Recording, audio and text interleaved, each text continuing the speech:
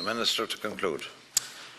First of all, Senators, I want to thank you for all your contributions, and I also want to warmly thank you for your support for the Commission of Inquiry.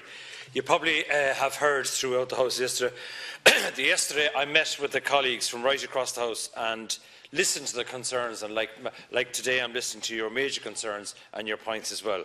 And as you know, the revised terms of reference have been circulated and people know about the issues that I'm dealing with. And also another issue that didn't necessarily come up today, but it's important, the order to establish the Commission as well. We've the concerns raised yesterday and some changes were made to that order. But my bottom line here is I want to get the Commission established so that it begin its important work and get to the truth.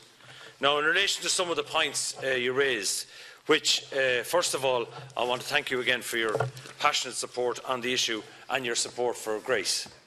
But in relation to Senator Aidan Davitt's point there, he was concerned about maybe 6 months was a bit too long for the interim report. But from my experience and from talking to people directly involved in it, that is an achievable target. It will be difficult to achieve it, but I don't think it's too long.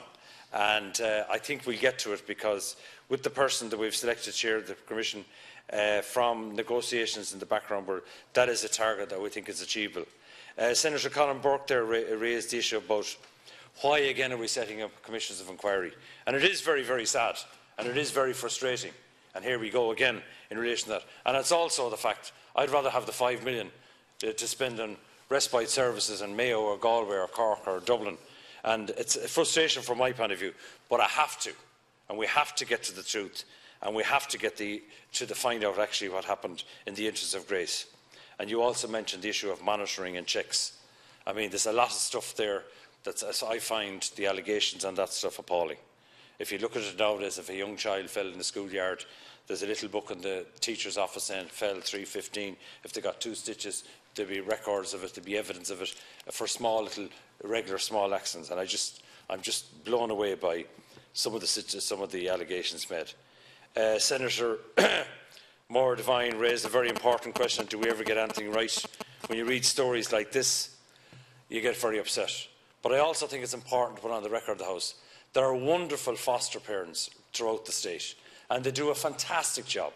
And I want to use this to commend them for the work they've done.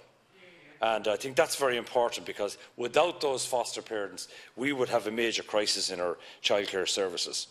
Senator Maura also asked about, was there interventions in relation to ministers? There was a minister did intervene and a junior minister intervened, but that's included in the terms of reference, and that will be investigated in the Commission of Inquiry. So I think that's important that that goes on the record as well.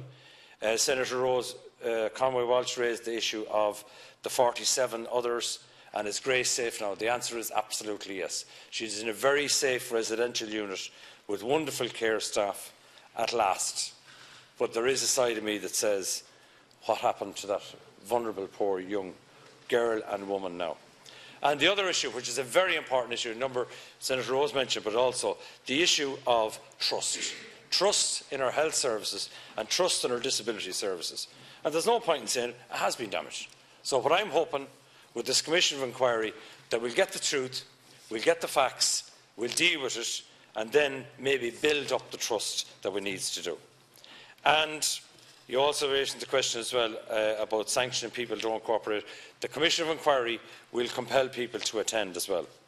I think it was Senator Kellerden who raised issues about everybody focus on everybody's interests except before Grace's. That is something that I strongly agree. I think you're 100% right. Because, and again, I'm only a few months in the job as Minister, I always say my 3 things while I'm as Minister: I'd like to reform, invest, and the third thing, which I always emphasise, is put the person with the disability at the centre of the service. Not the HSE, not the Minister, not the Department of Health, not Seanad, Éireann, but the person with disability. So in this case, again, without going into detail, I just feel everybody's interest went first. And that's my view. It's a very strong view. And I think the person with disability, and as far as I'm concerned, that view is non-negotiable. We have to go down that road, and we have to deal with that. And your point about legislation, absolutely right. We have to bring in legislation. Some of us are drafting. I believe you're preparing legislation, and I wish you well on that. And I know that other colleagues as well, and some of my own office as well, are dealing with this issue. Because we have to have legislation there to safeguard us. But the key thing, though, it's important to remember as well, that while all this is going on, like we weren't sitting around as the guards for the last 7 or 8 months. We have started bringing in a lot of safeguards into the services. Now, it's important. We have the national policy on safeguard vulnerable persons at risk of abuse. That's been implemented. We also have an excellent national committee under the independent chair of Patricia Rickard-Clark. We also have a quality improvement enable programme, a national volunteer advocacy programme, and the establishment of a family for working with Inclusion Ireland. And we work closely with Inclusion Ireland. But also we have a confidential recipient, Ms Lee Gatt. So we are doing a lot of these issues to safeguard vulnerable people, but we do need the legislation as well. Except there's no point in saying we don't, and that's long overdue. Also in relation to Senator Batchick's talked about the whistleblowers. I've met the whistleblowers on 2 occasions, and I've listened to their concerns, and I tried to, when we were revising, I met them again on, was it Tuesday night?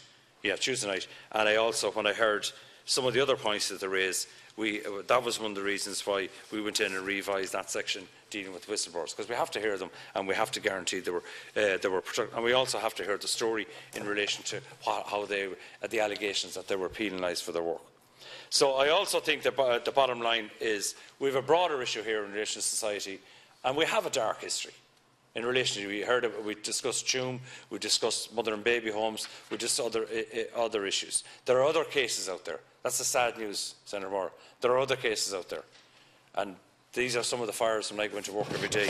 You see cases of and allegations of abuse, and it's just absolutely horrific. So there is that dark side of Irish society. But we have to look at the broader context as well, the state, the institutions, but also society as well.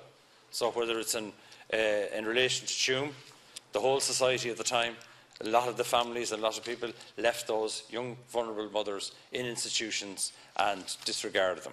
That was a reality, a fact of life at that time. The other issue is in relation to, I see a lot of, in the broader society today, and the National Disability Authority will back me up on this one, there are still major attitudes in the broader society to people with disabilities. And we have to change those attitudes. And that's why we want to go down a rights-based approach. And I know that all the senators here today would be very, and your parties would be very on message on that. And then the whole issue of Senator Éireann raised the issue of staff and accountability. You have to have people accountability, and at the end of the process. Now, I believe that the HSE, by the way, to answer your question honestly, I believe they're starting disciplinary procedures. But the bottom line is, I don't want to have to go into a commission of inquiry, get the results, and there's no accountability. People won't buy that, and I won't buy that as well. And it's not natural justice. So what I'll say is, I really appreciate your support. There's right across party support, Fianna Fáil, Sinn Féin, Fine Gael, and all my independent colleagues. Absolutely.